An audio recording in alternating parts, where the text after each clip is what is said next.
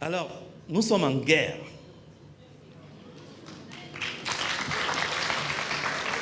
Ce n'est pas un slogan. Et ce n'est pas quelque chose de nouveau. Nous sommes en guerre depuis des centaines d'années. Vous avez eu le privilège de sortir de chez vous, de venir tranquillement. Et vous avez l'illusion que c'est la paix. La guerre a changé plusieurs fois de phase. Mais nous sommes en guerre. Nous avons une impression de liberté dans une cage. Et quand on est en guerre, quand on a votre âge, il faut se sentir investi d'une mission. Vous avez une chance que nous, on n'a pas eue. Parce que sincèrement, nous n'avions aucune chance de faire quoi que ce soit dans notre contexte. C'est-à-dire qu'on a dit beaucoup de choses, mais n'en voulez pas à vos aînés, qui ont été naïfs, qui ont cru à l'indépendance, qui sont allés à l'école chez les colons, qui ont pris la bourse qu'on leur tendait, et qui sont devenus ce qu'ils sont devenus. Mais vous, les colons n'ont pas les mêmes leviers sur vous. La chaîne que nous traînons depuis 500 ans, vous pouvez la briser. Vous pouvez la briser parce que vous avez les armes que nous n'avions pas, que nos aînés avaient encore moins. Si vous ne la saisissez pas pour vos enfants, vous aurez trahi votre génération. Et je suis peiné de dire que l'université jusqu'à présent ne se montre pas à la hauteur de cet enjeu de guerre. Quand on dit qu'on est en guerre, il ne faut pas se tromper, on est en guerre contre les Occidentaux, par exemple,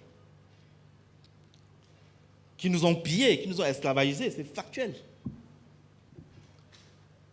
Et je vois les mouvements, surtout ici en Afrique de l'Ouest, où les jeunes prennent leurs responsabilités, décident à main nue de dire que l'armée française doit partir du Niger, et ils partent.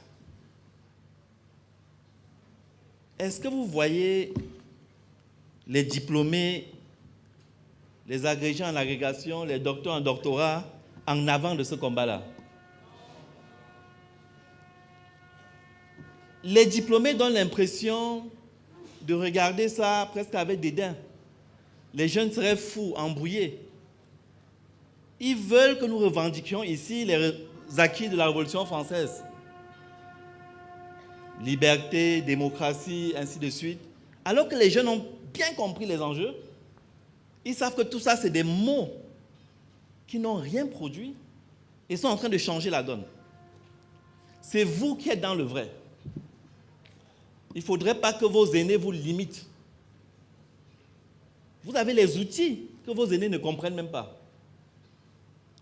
Vous voyez le monde, vous voyez ce qui se passe en Chine, partout. Et donc vous avez un autre regard sur le monde. Vos aînés ont grandi dans des ghettos intellectuels. Hein? Ils n'avaient pas cette vision croisée, ouverte du monde que vous avez aujourd'hui. Quand on dit ça, ce n'est pas méchant, ce n'est pas pour en vouloir à qui que ce soit individuellement. Quand disons que nous sommes en guerre, il y a la guerre militaire, il y a la guerre intellectuelle. Et notre armée, c'est l'université. Nos généraux sont les professeurs. Ils doivent être à l'avant-garde du combat pour nous montrer le chemin, pour sortir les stratégies. Mais eux-mêmes sont trop dans le système. Quand on parle de l'université, on fait des efforts de planification. Hein. Moi-même qui vous parle, j'ai été chef de division de planification d'une université. Je sais de quoi je parle.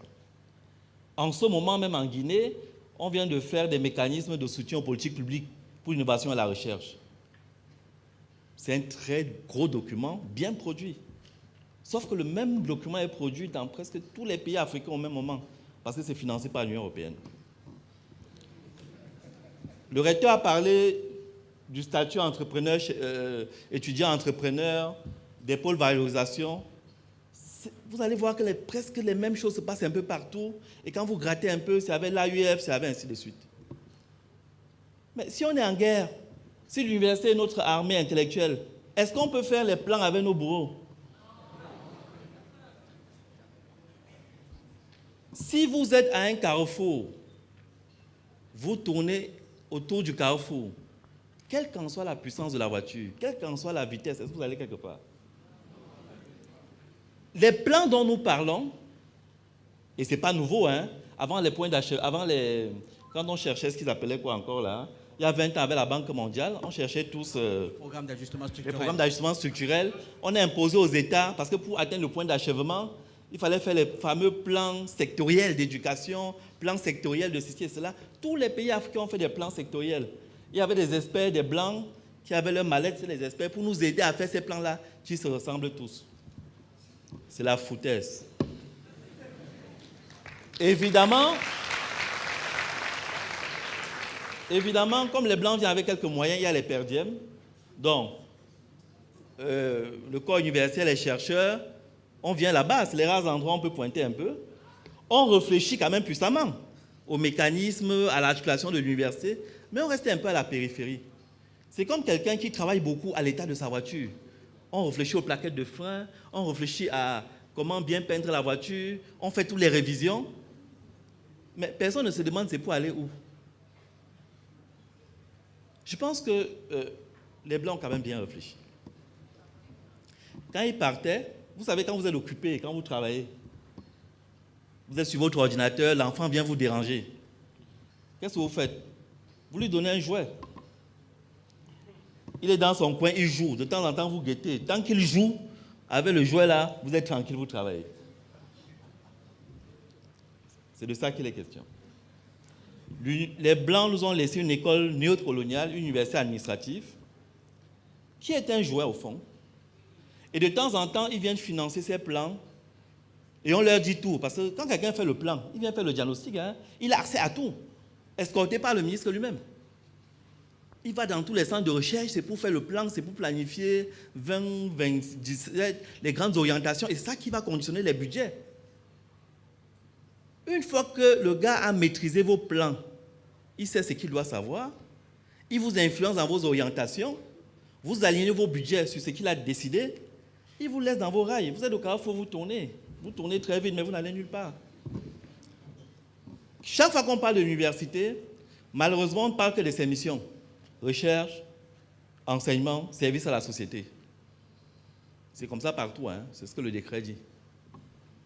Mais le pourquoi de l'université, d'abord, c'est quoi? Avant les missions. Le pourquoi de l'université, c'est... Pourquoi l'université? Ça ne va pas de soi. On peut aussi ne pas faire l'université. Mais de notre point de vue, l'université, c'est une armée intellectuelle. C'est l'outil d'une civilisation. C'est-à-dire qu'on est africain, on a besoin de notre université pour aller au combat. La mondialisation, ce n'est pas le lait, comme on dit chez nous. C'est féroce. Quand un Français débarque ici à son ambassade, il dit qu'il veut faire telle affaire. Il a les fiches. On a étudié tous les Guinéens. On sait tous ceux qui travaillent dans ce secteur-là. Les gars bossent. Ils font de l'intelligence économique. Leurs universités produisent des notes parlementaires. Si vous êtes un peu curieux, vous allez voir quand le Sénat français doit travailler sur l'Afrique, vous voyez des documents denses. Nous ici, quand à l'université tu suggères que, ok, faisons un mémoire sur le mécanisme de production des Libanais à Conakry, sur le poids des Français dans tel secteur, tes propres collègues te regardent comme si tu as dit un gros mot. C'est-à-dire que, Jacques, tu es un peu raciste, tu es un peu communautaire, ainsi de suite. Mais c'est une naïveté. On est installé dans l'histoire, on est dans l'universalisation, la mondialisation dont nous parlons, c'est une fiction. Quand on dit en France que le SMIC est à 2000 €, ça ne nous concerne pas. Hein. Il y a pas. La mondialisation, c'est un mot. Les civilisations se battent. Et donc, notre université doit s'aligner sur nos combats. On a vécu quelque chose de grave en 2020, le Covid, vous vous en souvenez. On a dit qu'on devait mourir tous. C'était grave. C'était la panique partout. Dans toutes les sociétés du monde, les universités sont levées. Parce qu'ils devaient se sentir concernés. Si la société est paniquée, si on doit mourir, si on a un grand péril, les qui doivent guider les autres, doivent dire aux autres ce qui doit se faire. C'est ceux qui ont le plus étudié, c'est l'élite, c'est l'université. Où étaient les intellectuels africains? Ils discutaient les tisanes au quartier avec nous.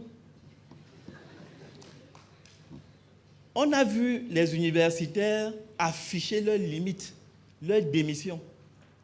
On suivait tous RFI le matin pour chercher à savoir ce que l'OMS a dit, le débat entre Didier Raoult et je ne sais qui. Même quand on parlait de la chloroquine, que nous connaissons très bien, où on entendait les Blancs dire que ça tue terriblement, alors qu'on boit ça tous les jours, les Africains ne parlaient pas. Donc l'université a manqué beaucoup de rendez-vous, d'affirmer ce que intellectuellement ça doit être. On ne les voit pas dans le combat des transitions politiques où nous espérons pouvoir révolutionner la donne. Parce que ce qui se passe en Afrique, ce que les jeunes sont en train de faire, c'est de dire, peut-être on ne connaît pas, mais on va d'abord renverser la table là. Parce que sur cette table-là, le partage est mal fait. Les jeunes disent, on ne veut pas raisonner, on ne veut pas avoir raison. La table là, on renverse d'abord, on va retrier après. C'est ce que les jeunes disent là maintenant. Et nos intellectuels sont confus. Ils n'accompagnent pas ce mouvement. Ils donnent l'impression que ce n'est pas démocratique, ce n'est pas... Ils rentrent dans des concepts fumeux qui ne garantissent rien. Ne nous trompons pas. La démocratie occidentale dont nous parlons, ce n'est pas ça qui justifie leur prospérité. Hein. Les Occidentaux sont riches parce qu'ils ont pillé les autres. C'est de ça qu'il est question. Pendant des centenaires de générations, ils ont pillé le monde. Ensuite, quand ils n'ont plus voulu piller très ouvertement, ils ont mis en place des mécanismes. C'est-à-dire un conseil de sécurité où ils ont le droit de veto, un système financier avec les monnaies complètement artificielles, tout un système pour nous contrôler. Et puis rester chez eux. L'argent arrive. Donc le problème qu'eux, ils ont, comme tous les bandits, c'est comment partager l'argent. C'est-à-dire la gouvernance en Europe, fondamentalement, sa mission première, c'est d'éviter les conflits entre eux sur le partage du butin. C'est pour ça. Et donc, dans ce contexte, ils ont mis en place une démocratie, je disais, récréative, qui en fait une aristocratie des orateurs, où on tourne en rond, c'est la gauche, c'est la droite, c'est un petit jeu. Mais sur les fondamentaux, leur argent vient d'un pillage généralisé. Et ils se battent pour nous maintenir, pour qu'on ne lève pas la tête. Donc il faut comprendre ces enjeux-là. Et ne pas prendre pour nous des choses qui ne nous concernent pas en rien. Donc une fois qu'on a dit ça, qu'on a bien situé cette incapacité de l'université à se mettre au cœur des enjeux de maintenant, revenons sur le pourquoi de l'université. On doit donc situer l'université dans le sillage de notre civilisation. Nous avons une belle civilisation, on doit la défendre. Nos ancêtres ont bâti ce monde. Des gens sont venus chez nous tricher des technologies. Ils n'ont pas fini leur formation. Ils sont rentrés comme des gamins qui ont attrapé un laptop qu'ils ne connaissent pas. Quand un enfant prend un outil, qu'est-ce qu'il fait? Il fracasse pour ouvrir. Donc, la technologie, tout le système occidental, là, en fait, c'est un système immature. Des gens qui ont capté des technologies qui les dominent et qui les mènent vers une décivilisation qu'eux-mêmes ne maîtrisent plus. Et que nous faisons l'erreur de copier. J'ai été content que le grand frère parle des devoirs. Parce que quand il dit les devoirs plutôt que les droits, c'est quelque chose qui se tire de notre culture. Dans la culture africaine, le plus important, c'est les devoirs. Parce que quand chacun a fait son devoir, les droits sont naturels. Si c'est les Noirs qui devaient faire une maxime universelle, comme les Blancs ont fait les droits de l'homme, nous aurions fait les devoirs de l'homme, conformément à notre culture.